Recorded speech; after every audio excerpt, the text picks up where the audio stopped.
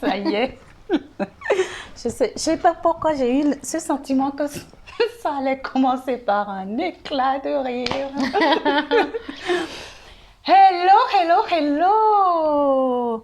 Bienvenue dans, on va appeler ça comment, Christina? Je sais pas, on en parlait juste avant, se mettre à nu. Se mettre à nu. On vient de l'improviser complètement. Pour tout dire, Michelle Gonçalves, Christina Marquez, on s'est retrouvés. On a commencé à se parler. Et puis, Christina m'a parlé. Je ne m'attendais pas à entendre je ne m'attendais pas à cela. Et puis, de fil en aiguille, on a pensé à pouvoir se livrer, enfin, avoir le courage, je dirais, de se montrer dans sa vulnérabilité, surtout que Christina, qu'on voit beaucoup par son activité, que ce soit sur les réseaux, dans les sommets et tout. Donc, quand on se montre comme ça, on envoie une certaine image. Et les gens peuvent oublier que on est juste des êtres humains avec nos failles, avec nos peurs, avec nos faiblesses. Et même si on peut être devant 30 000 personnes, peu importe, on n'en demeure pas un être humain. Et moi, je trouve que c'est très beau, même si ça peut être très inconfortable, d'avoir le courage d'être humain en vrai. Oui, c'est juste ça. Voilà, maintenant je vis dans le Var et puis je monte à Paris là pour les fêtes et je viens te rendre visite. Ouais, c'est ça. Et c'est vrai, on discute un moment et dans le fil de la conduction, de la conversation qu'on a là, je te fais part d'une de mes confidences, d'une vulnérabilité que j'ai encore jamais exposée publiquement et qui vient toucher en fait un blocage que j'ai au niveau de mes vidéos sur ma chaîne YouTube où j'en ai plus ou moins parlé, mais je n'ai jamais vraiment exposé en fait les causes réelles qui font que je suis bloquée dans mon activité au niveau de mes vidéos. Et puis, là, dans la conversation qu'on était en train d'avoir, je t'en parle de manière assez naturelle et je te vois effectivement rigoler parce qu'en fait, c'est comme si tu ne me croyais pas. Mais moi, c'est ça. Et après, je t'explique quand même le fond, d'où vient ce blocage parce que c'est comme tu dis, nous sommes juste des êtres humains. Et on est tous, y compris quand on fait le métier que je fais, le métier que tu fais, qui est un métier quand même public, où on s'adresse à vous, on est une source d'inspiration pour vous aider également, vous, à vous accomplir, à dépasser vos blocages et puis à améliorer la qualité de vos vies. Eh bien, nous-mêmes, nous passons par là, on vit ce genre d'expérience. Et donc, aujourd'hui, je vais me mettre à nu, voilà. On a décidé avec Michel que c'était le moment de profiter de cet échange humain pour peut-être en inspirer plus d'une personne parmi vous et vous exposer ma vulnérabilité. Et en fait, ce qui me bloque dans mes vidéos et qui m'a bloqué à plusieurs reprises, c'est le fait que je ne me sens pas légitime pour véhiculer mon message à travers une langue que je considère qui n'est pas ma langue maternelle, la langue française. Pourquoi? Alors peut-être beaucoup d'entre vous vous connaissez pas mon histoire. Moi, je suis arrivée en France, j'avais 14 ans et ça a été très inconfortable et très douloureux pour moi en fait cet épisode de ma vie parce que je ne maîtrisais pas la langue du tout. Comme beaucoup de personnes, j'avais quelques mots, mais je suis arrivée en milieu d'année scolaire, en plein mois de janvier, et je suis arrivée en 4e. Et donc, on m'a pas fait de faveur, hein. Voilà, tu comprends pas, c'est comme ça. Ouais. Et on m'a mis au fond de la classe. Tant que tu comprends pas la langue, tu vas au fond de la classe et on verra bien ce qu'il en sortira. Donc, en fait, pendant 3 mois, je ne parlais pas puisque je ne maîtrisais pas la langue. Je ne faisais qu'écouter. Et pour moi, ça a été très inconfortable par rapport au fait que au Portugal, j'étais une très, très bonne élève. J'étais même la première en classe. Et pour moi, ça a été très dur de passer de la première en classe à la dernière en classe. Tu m'étonnes. Et à la fin de l'année, surtout, ce qui m'a ce qui m'a choquée, et plus que choquée, c'est-à-dire c'est venu toucher une blessure en moi qui est la blessure de rejet. Je me suis sentie vraiment rejetée par rapport à mes capacités. Ça a été le fait que je me suis entendue dire par mon prof principal que je ne pourrais jamais suivre un cursus général puisque je ne maîtrisais pas la langue française, et que par conséquent, il ne fallait pas que je m'attende à faire de hautes études ni à avoir une vie un peu normal entre guillemets comme tout le monde. Donc pour moi le choix était tout tracé, c'était très simple, c'était d'aller en cursus professionnel. Et puis à l'époque on avait 2 options, c'était secrétariat ou comptabilité. Donc vu que déjà on avait décidé pour moi, ou en tout cas à l'époque j'étais pas consciente que moi j'avais la possibilité de faire un choix, j'ai donc accepté qu'on choisisse pour moi. Évidemment, ça a été la comptabilité que j'ai choisie. Bon, j'ai mis des années où j'ai fait en fait une carrière dans la comptabilité pendant 24 ans. Et j'ai compris au bout de 24 ans à quoi me servait à quoi ça m'avait servi de faire cette carrière dans la comptabilité. Et c'était lié à une leçon que j'ai eu à intégrer, et que j'ai intégrée. D'ailleurs, une fois que je l'ai intégrée, cette leçon, c'est ce qui m'a permis de quitter le monde du salariat et puis de m'installer à mon compte et de faire l'activité que je fais aujourd'hui en tant que thérapeute.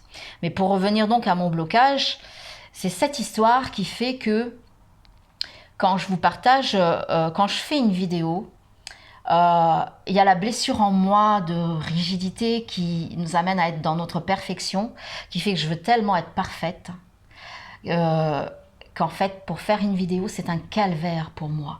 J'ai tout simplement un message qui est simple à vous faire passer, et que j'ai envie de vous faire passer avec mon cœur, et vraiment j'y mets toute mon affection. C'est vraiment mon métier, le cœur de mon métier, c'est ça.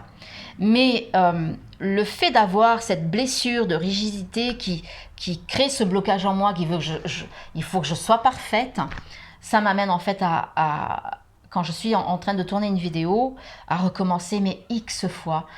Vous imaginez pas. Ça m'est déjà arrivé de passer une journée entière où je recommence une vidéo, et à chaque fois que je regarde la vidéo, je me critique à chaque fois. Je vais me juger, mais à un point inimaginable. Et le moindre petit mot fait que je vais recommencer, alors que je sais qu'à la fin, de toute façon, elle ne sera pas parfaite. Mais comme j'ai cette voix, en fait, quand je suis en train de faire ma vidéo, j'ai l'impression d'avoir ce prof en face de moi qui est en train de me dire: tu te prends pour qui? Tu n'es pas légitime, la langue française n'est pas ta langue, tu n'as pas un vocabulaire suffisamment riche pour pouvoir véhiculer ton message. Et en fait, je finis souvent en larmes, je finis souvent dégoûtée de moi-même, et rien que d'en parler là, j'ai les émotions qui sont là. Et je sais que je me sabote moi-même, je sais que je me punis moi-même, puisque je m'empêche également de vous partager un message qui peut être puissant et qui peut vous aider. Et pourquoi je fais cette vidéo? Pourquoi j'ai accepté? Tu m'as proposé, faisons-la cette vidéo. Parce que je suis convaincue qu'en fait, à travers le partage que je suis en train de vous faire, je suis en train de vous donner en même temps à vous, et je me le donne à moi, la clé qui nous libère de nos blocages. Qui est tout simplement le fait d'accepter qu'on est des êtres humains, et que quand on expose notre vulnérabilité, quand on se donne le droit d'être un être humain, par l'exposition de sa vulnérabilité, on est déjà en train de libérer une immense partie de ce blocage-là. Absolument. Donc, ce que je suis en train de faire en cet instant même, c'est tout simplement une source d'inspiration pour vous qui êtes peut-être bloqués, pas avec la même chose que moi. On a chacun nos propres blocages, on a chacun nos propres histoires, mais de la même manière que ce que je viens de faire, c'est ce qui va me libérer, j'en suis convaincue. En tout cas, après ça, j'ai plus rien à cacher. Voilà. Quelle est la pire chose qui peut t'arriver là? Le plus gros, je viens de l'exposer. Le plus difficile, le plus douloureux pour moi, je viens de l'exposer. Donc, moi, je suis convaincue, en tout cas, je l'ai déjà expérimenté dans d'autres domaines où j'étais bloquée. C'est quand on ose exposer sa vulnérabilité, qu'on ose se montrer tel qu'on est, avec nos blessures, avec nos faiblesses, qui représentent en fait nos peurs. C'est à ce moment-là que les peurs se dissoudent, finalement. et qu'elles finissent par disparaître et puis faire place à toute la liberté dont on a besoin pour faire jaillir le meilleur de nous-mêmes. Voilà, tout simplement. Donc la solution quand on a un blocage, c'est tout simplement ce que je viens de faire, c'est se donner le droit d'exposer sa vulnérabilité. Et je viens de lâcher un gros morceau. Wow. Voilà. Est-ce qu'on peut applaudir Christina? En tout cas, moi, je l'ai fait. Et moi, j'ai juste envie de dire, tu t'es fait un méga cadeau, tu nous as fait un méga cadeau. Et vraiment, j'espère que vous, même si vous ne le partagez pas, c'est juste commencer à se le dire, à avoir des gens en qui vous avez parce qu'il y a ça aussi, hein, de se sentir, en tout cas en soi, en confiance. Commencer peut-être à en parler avec une personne de confiance. Déjà, même si l'on peut... Moi, je sais que j'écris. Déjà, commencer à le sortir d'une certaine façon et après, commencer à en parler et jusqu'à arriver à faire ce pas de géant que tu viens de faire. Et pour ça, un grand c'est mon cadeau de Noël. Je vous fais ce cadeau de Noël. Je vais bien évidemment poster cette vidéo sur ma chaîne YouTube. Comme ça, vous allez comprendre pourquoi ça fait plusieurs mois que je ne vous partage pas de vidéos. Et puis, c'est un cadeau que je vous fais à vous, mais c'est surtout un cadeau que je me fais à moi. Je pense que ça va me libérer pas mal pour reprendre mes vidéos et me prendre beaucoup moins la tête et partir tout simplement sur le sujet que j'ai envie de vous partager et le faire le plus simplement du monde parce que c'est ce qui va justement me permettre de le faire de manière beaucoup plus efficace. Mais comme tu viens de le faire là, c'est de la même façon, c'était fluide, c'est d'un trait. Tu as dit ce que tu avais à dire. On ne va pas retoucher la vidéo, on va la mettre pas de coupure, comme ça. Pas de montage, voilà, ça va pas de montage. Du début à la fin. Et puis voilà quoi. Et écoute. Joyeux Noël à tous. Joyeux Noël. Une très très belle fin d'année. Même si cette année a été particulièrement remplie d'imprévus. Je pense que la vie de toute façon c'est un peu ça. Mais bon, c'est vrai que 2020 c'est une année où on a été gâtés, question d'imprévus.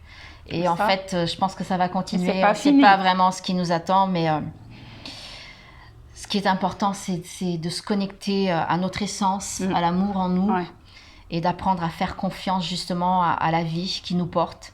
Et je crois qu'on est tous en train d'apprendre cette grande leçon en ce moment. Voilà. Je vous souhaite le meilleur du fond du cœur et je vous donne rendez-vous très bientôt pour de prochaines vidéos que j'ai très envie de vous partager. Prenez soin de vous. Et peut-être on reviendra dans Mise à nu, c'est ça? C'est ça, qui sait? Écoute, ce sera peut-être mon tour.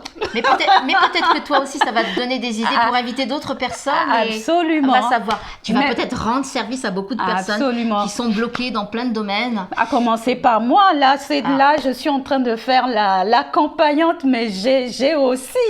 bon, ce ne sera pas pour aujourd'hui, on ne va pas trop vous en faire, c'est déjà énorme.